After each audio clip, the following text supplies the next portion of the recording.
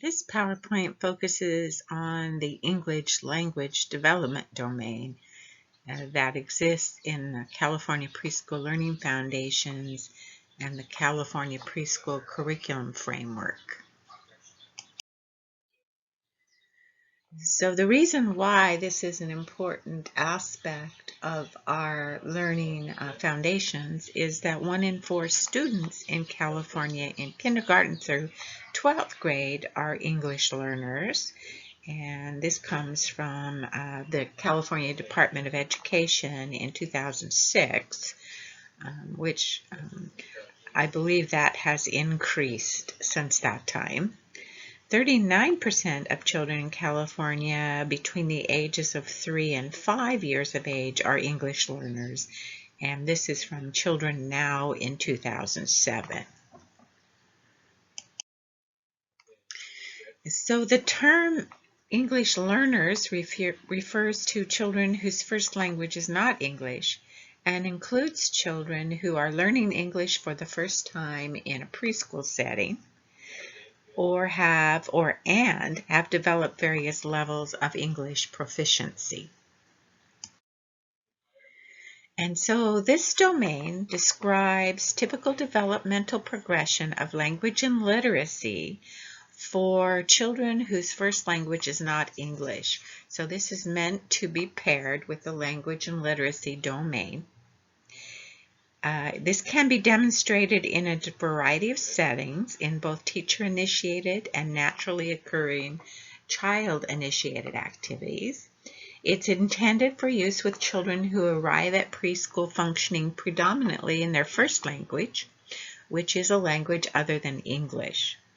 It's designed to assist teachers in their understanding of children's progress towards English language proficiency. So it's meant to assist the teachers and aides in an educational and care environment. So when we talk about bilingualism, there are 2 categories. There's simultaneous bilingualism, and this is the process of acquiring 2 languages beginning at birth or sometime during the first year. And so if you have infants, then this might be an issue in your program.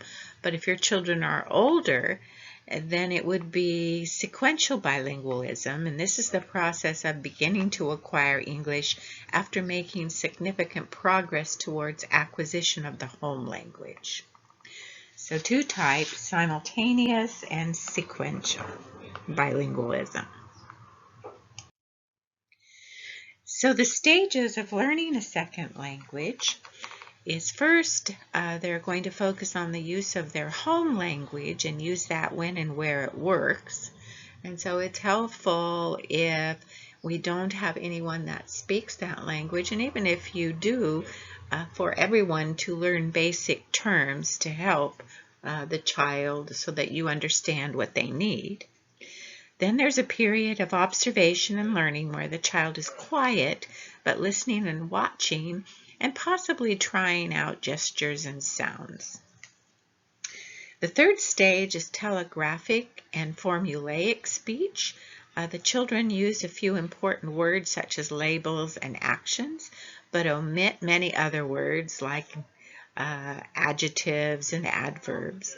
They may use memorized phrases without complete understanding of the meaning or function of the phrase. And so this is just words that can help them get by with what they need and what they want to communicate without the fluff. Fluid language use. During this period, children can use full sentences in a variety of contexts, but are still learning and expanding their knowledge of the language. So there are 4 stages. So then looking at the English language development domain, there are 4 strands. There's the listening strand, the speaking strand, the reading and writing strand.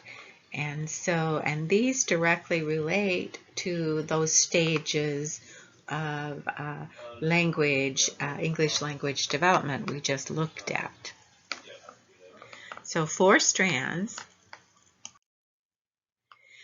And rather than having substrands that are different for each strand, this domain is organized a little bit different. It's organized in levels. So the first level is beginning level. And at this level, they're going to have age-appropriate skills in their home language or first language, and they'll be developing receptive English abilities when introduced to English. And when we talk about receptive, it's actually being able to understand when somebody else speaks to you in English. They typically speak very little, and they are developing an understanding of English based on their home language. So that's the beginning level. The middle level, they are increasing their expressive English language skills, which means what they say themselves to communicate. They're going to use repetition, and they're going to increase their vocabulary, so they'll be practicing a lot.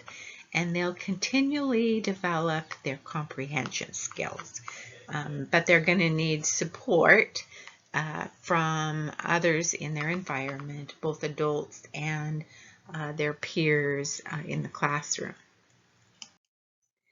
And then the highest level is the later level. They'll have stronger comprehension skills or understanding skills.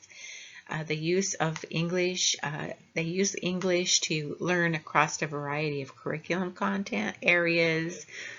So they can use English in talking about science and math and history and that kind of thing.